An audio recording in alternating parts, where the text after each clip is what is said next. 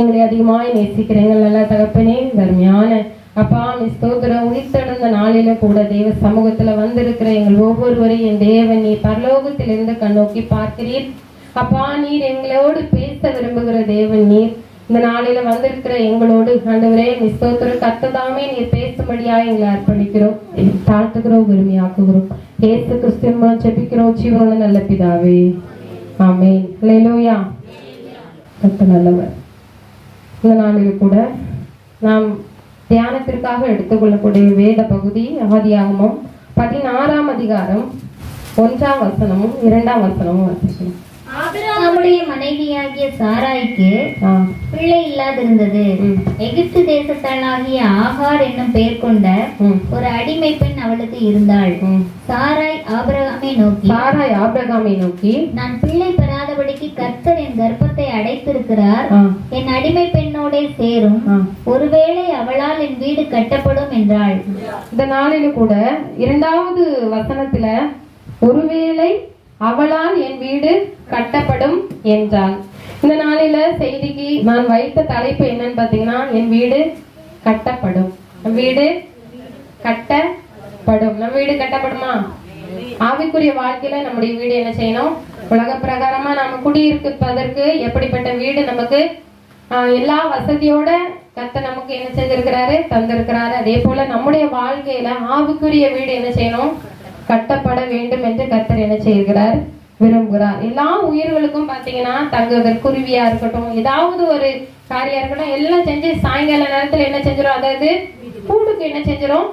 திரும்பி என்ன செஞ்சிடும்? போய் தங்கக்கூடிய சூழ்நிலைகள் என்ன செய்யுது? இது பிறந்த வீடு ஒண்ணு இருக்கு, அடுத்தது திருமணம் முடித்து கொடுத்த புகுந்த வீடுன்னு ஒண்ணு இருக்கு, அடுத்தது புகுந்த வீடு முடிஞ்ச பிறகு அடுத்தது பிள்ளை குட்டி ஆனோடனே அவங்களுக்குன்னு ஒரு தனி வீடு என்ன செய்ய வேண்டியிருக்கு? வேண்டியது இருக்கு. இல்லையா?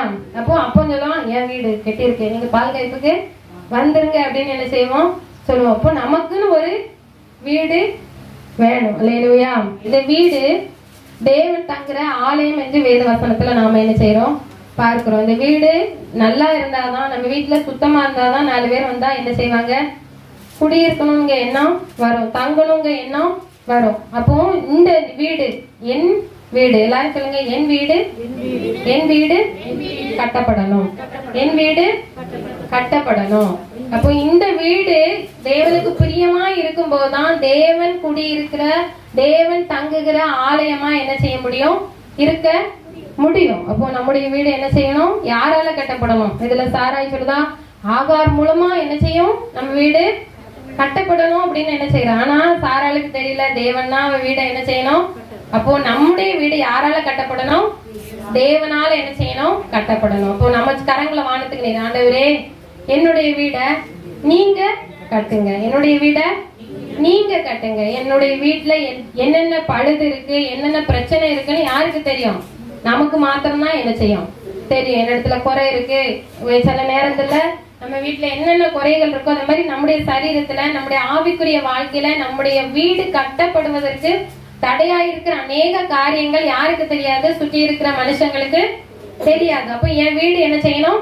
கட்டப்படணும். வசனம் சொல்லுகிறது, நீதிமொழிகள் 14ஆவது அதிகாரத்துல 1ஆவது வசனம், புத்தி உள்ள ஸ்திரீ தன் வீட்டை கட்டுகிறாள், புத்தி இல்லாத ஸ்திரீயோ தன் கைகளினால் என்ன செய்யறானா? இடித்து போடுகிறார் என்று என்ன செய்யப்பட்டிருக்கு? சொல்லப்பட்டிருக்கு. நீதிமொழிகள் இன்னொரு வசனம் சொல்லப்பட்டிருக்கு, வீடு ஞானத்தினால கட்டப்பட்டு.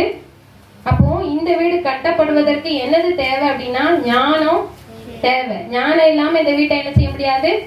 கட்டவே முடியாது. இல்லையா? இப்போ நம்முடைய வாழ்க்கையில ஞானம் வேணும்னா கர்த்தருக்கு பயப்படுதலே ஞானத்தின் ஆரம்பம்னு வேத வசனம் சொல்லப்பட்டது போல, நம்ம தேவனுக்கு பயந்து நம்ம தேவனுடைய ஞானத்தை பெற்றுக்கொண்டு கட்டப்படும் போதுதான் இந்த வீடு எப்படி இருக்குமா?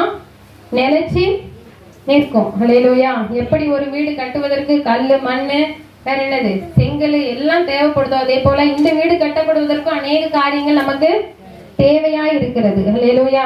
வாழ்க்கையில ஒரு 3 காரியங்கள், நம்முடைய வீடு கட்டப்படணும் அப்படின்னா ஒரு 3 காரியங்கள் ரொம்ப ரொம்ப முக்கியமா என்ன செய்யுது இருக்கு. முதலாவது காரியம் என்னன்னு பாத்தீங்கன்னா, வீடு கட்டணும் அப்படின்னா முதல்ல என்ன போடுவோம்? அஸ்திபாரம் என்ன செய்வோம்? ஃபவுண்டேஷன் ரொம்ப முக்கியம். நம்முடைய ஆவிக்குரிய வாழ்க்கையில கட்டப்படணும் அப்படின்னா நம்முடைய வாழ்க்கையில எது ரொம்ப முக்கியம்? அஸ்திபாரம் ரொம்ப முக்கியம். அஸ்திபாரம் யாருக்குமே என்ன செய்யாது. வெளியே நம்ம எப்படி இருக்கிறோம், எவ்வளவு ஆசீர்வாதமா இருக்கிறோம், இதை பாக்குற ஜனங்கள் அநேகம் உண்டு. நம்முடைய வாழ்க்கையில ஆவிக்குரிய வாழ்க்கையில கட்டப்படணும் அப்படின்னா நமக்கு முதலாவது ஒன்னே தேவை. லூக்கா 6ஆம் அதிகாரம் 47வது வசனமும் 48வது வசனமும் வாசிங்க. என்னிடத்தில் வந்து என் வார்த்தைகளை கேட்டு அவைகளின்படி செய்கிறவன் யாருக்கு ஒப்பாயிருக்கிறான் என்று உங்களுக்கு காண்பிப்பேன். அல்லேலூயா. என்னிடத்தில் வந்து என் வார்த்தைகளை கேட்டு அவைகளின்படி செய்கிறவன் யாருக்கு ஒப்பாயிருக்கிறான் என்று உங்களுக்கு காண்பிப்பேன். ஆழமாய் தோன்றி கற்பாறையின் மேல் அஸ்திபாரம் போட்டு வீடு கட்டுகிற மனுஷனுக்கு ஒப்பாயிருக்கிறான். பெருவெள்ளம் வந்து நீரோட்டம் வந்து அந்த வீட்டின் மேல் மோதியும் ஆமென். ஏனென்றால் அது கன்மலையின் மேல் அஸ்திபாரம் போடப்பட்டிருந்தது. அல்லேலூயா. அப்போ இதுல எங்க அஸ்திபாரம் போட்டிருக்கான்? கன்மலையின் மேல் அஸ்திபாரம் போட்டப்பட்ட வீடு எப்படி இருக்கும் அப்படின்னா மேல வாசிக்கும். என்னிடத்தில் வந்து என் வார்த்தைகளை கேட்டு அவைகளின்படி செய்கிறவன் யாருக்கு ஒப்பா இருக்கிறானா? கன்மலையின் மேல் கட்டுகிற புத்தியுள்ள மனுஷனுக்கு என்ன செய்யறான்? ஒப்பா இருக்கிறான். அப்போ இந்த வசனத்தை வாசிக்கும் போது தேவ ஆவியானவர் நம்மோடு பேசுறாரு. என்னன்னா என்னிடத்தில் வந்து வரணும், வார்த்தைய கேட்கணும், அதன்படி செய்யும் போது நம்முடைய வீடு நம்ம என்ன செய்யறோம்? அஸ்திபாரம் எப்படி போடுறோம்? கண்மலையின் மேல, கண்மலையாகி இயேசு கிறிஸ்துவின் மேல என்ன செய்யறோம்? அப்போ அஸ்திபாரம் அப்படிங்கிறது எதற்கு ஒப்பனை அப்படின்னா விசுவாசத்துக்கு. தேவனை நம்ம விசுவாசிக்கும் போதுதான் அவரிடத்துல போக முடியும், அவருடைய வார்த்தையை என்ன செய்ய முடியும்? கேட்க முடியும், அதன்படி செய்ய முடியும். அப்போ நம்ம ஒவ்வொருவர்கிட்ட எப்படி விசுவாசம் இருக்குன்னு யாருக்கு தெரியும்? தேவனுக்கு மாத்திரம்தான் தெரியும். நம்ம விசுவாசத்தின் அளவு பார்க்கிறது யார் மாத்திரம்தான்? தேவன் மேல நமக்கு இருக்கிற விசுவாசத்தை நம்ம என்ன செய்ய முடியும்? வெளிப்பிரகாரமா என்ன செய்ய முடியாது. அப்போ இந்த வீடு கட்டப்படுவதற்கு முக்கியமானது எது அப்படின்னா விசுவாசம் ரொம்ப ரொம்ப முக்கியமான ஒன்று. அல்லேலூயா. விசுவாசம் எல்லாரிடத்துல இருக்கா? இல்ல. விசுவாசம் எப்படி வரும்? கேள்வியினால என்ன செய்யும்? வரும் வேத வசனம் சொல்லப்பட்டிருக்கு. அப்போ நம்முடைய வாழ்க்கையில அநேக கேள்விகள் வரும்போது தேவ சமூகத்துல காத்திருந்த ஆண்டவரே உங்க குடும்பத்துல ஒரு பிரச்சனையா ஆண்டவர்கிட்ட என்ன செய்யுங்க? கேளுங்க. கேள்வி கேட்டு விசுவாசத்தை என்ன செய்யுங்க? வர்த்திக்க பண்ணும்போது நம்முடைய வீடு அழகா என்ன செய்யும்? கட்டப்படும். அல்லேலூயா. விசுவாசிங்கிற மாத்திரம் அல்லேலூயா. அல்லேலூயா. ஆபிரகாம பாத்தீங்கன்னா விசுவாசிக்கும் போது அவர் என்ன செஞ்சார்? நீதியாக எண்ணினார். 4 பேருடைய விசுவாசம் மனுஷனுடைய பாவத்தை என்ன செஞ்சிச்சு? மன்னிச்சிச்சு. கானானிய ஸ்திரீயோட விசுவாசம் தேவனால என்ன செஞ்சு? சாட்சி பெற்றது. ஒரு விசுவாசத்தின் அளவு பொறுத்துதான் நம்ம வீடு என்ன செய்யும்?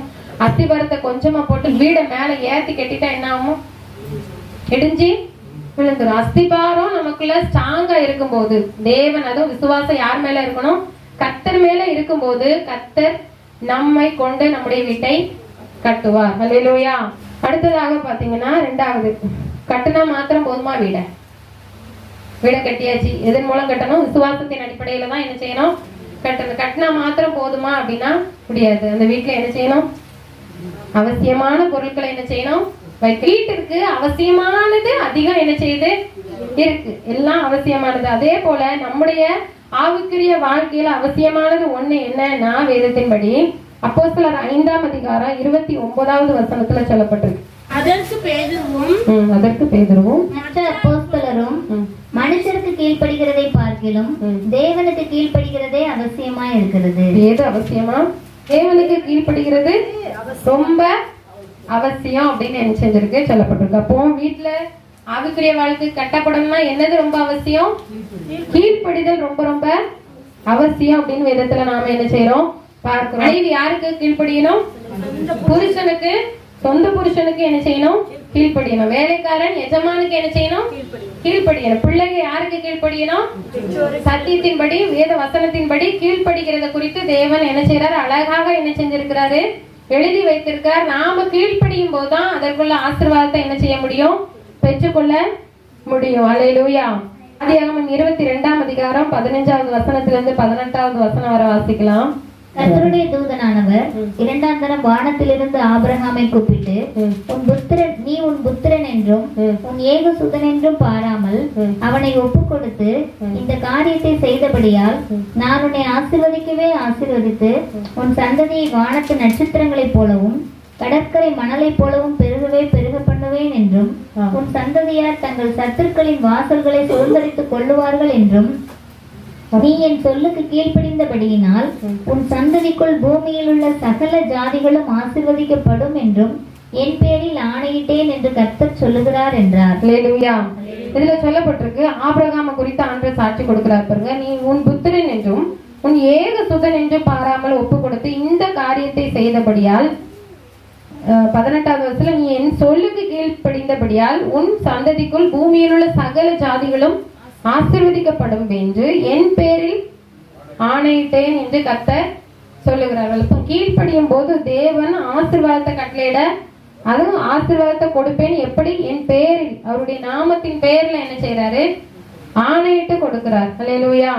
அப்போ தனக்கு பிடிச்சமான ஒரு காரியத்தை தேவன் கேட்கிறாரு. இவன் யார் மேல பிரியமா இருக்கிறான்?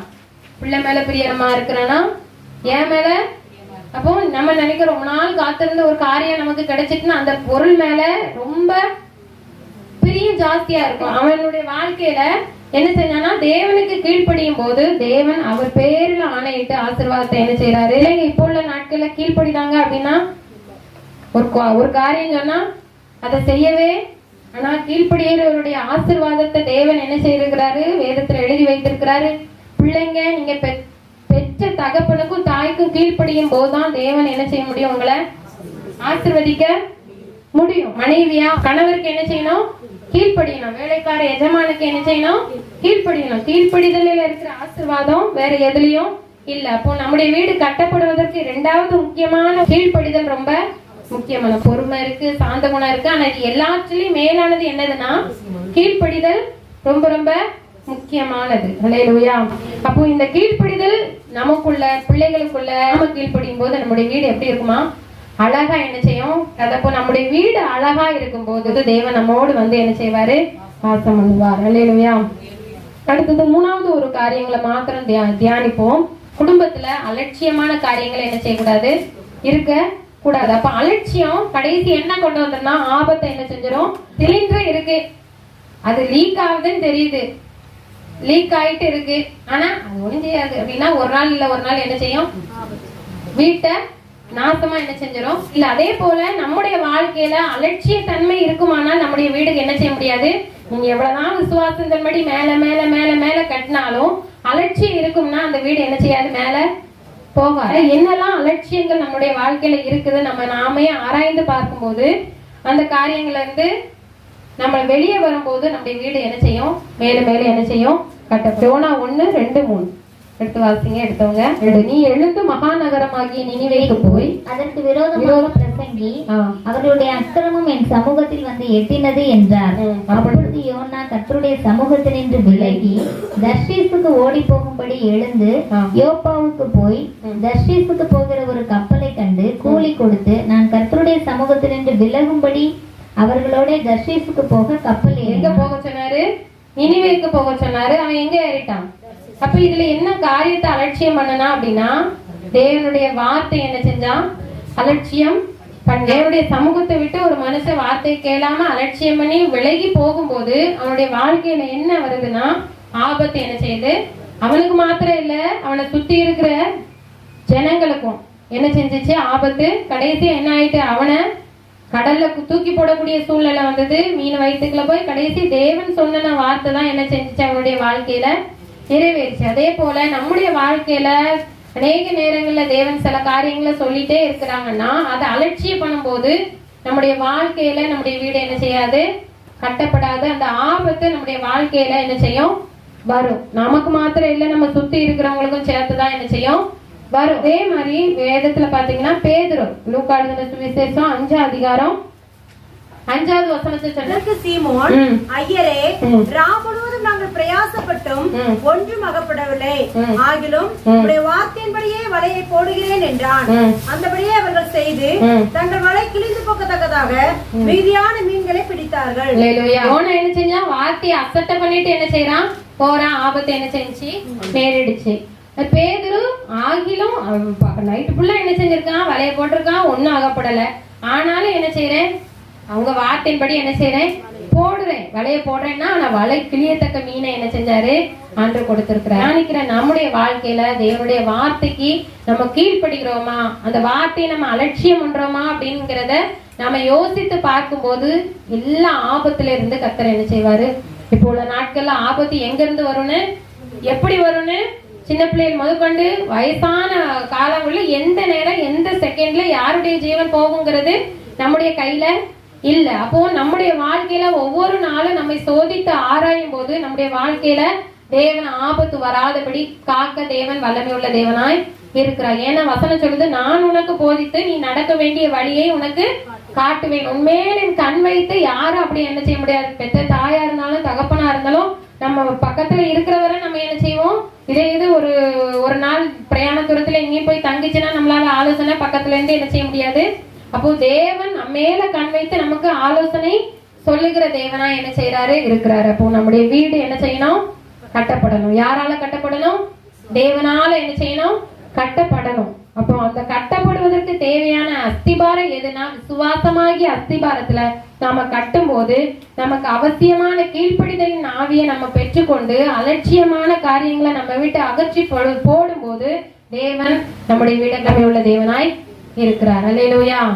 எத்தனை பேர் ஆசைப்படுறீங்க ஆவிக்குரிய வாழ்க்கையில நான் கட்டப்படணும். நம்முடைய வாழ்க்கையில இந்த 3 காரியங்களை கடைபிடிக்கும் போது கர்த்தர் நம்மளோடு இருந்து நம்முடைய வீட்டை கட்டுவதற்கு தேவன் வல்லமையுள்ள தேவனா என்ன செய்யறாரு. நாம் கட்டப்படுவது முக்கியம். அதே போல நாம் ஆராதிக்கக்கூடிய, நாம் தொழுது கொள்ளக்கூடிய, நாம் வாசம் பண்ணி கர்த்தருக்குள் வளரக்கூடிய ஆவிக்குரிய திருச்சபையாகிய வீடு கட்டப்படணும். எப்படி கட்டப்படணும் அப்படின்னா, நாம் அஸ்திபாரம் சரியா போட்டாதான் கட்டப்படும்.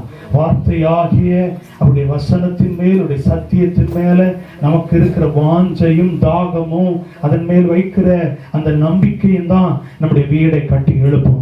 ஆமா, கர்த்தருடைய வார்த்தையை கேட்டு கீழ்ப்படிந்து வாழ்கிற அனுபவம் தான் நம்முடைய வாழ்க்கையை மாத்திரமல்ல, ஆவிக்குரிய ஜீவியத்தை மாத்திரமல்ல, சபையையும் கட்டி எழுப்போம்.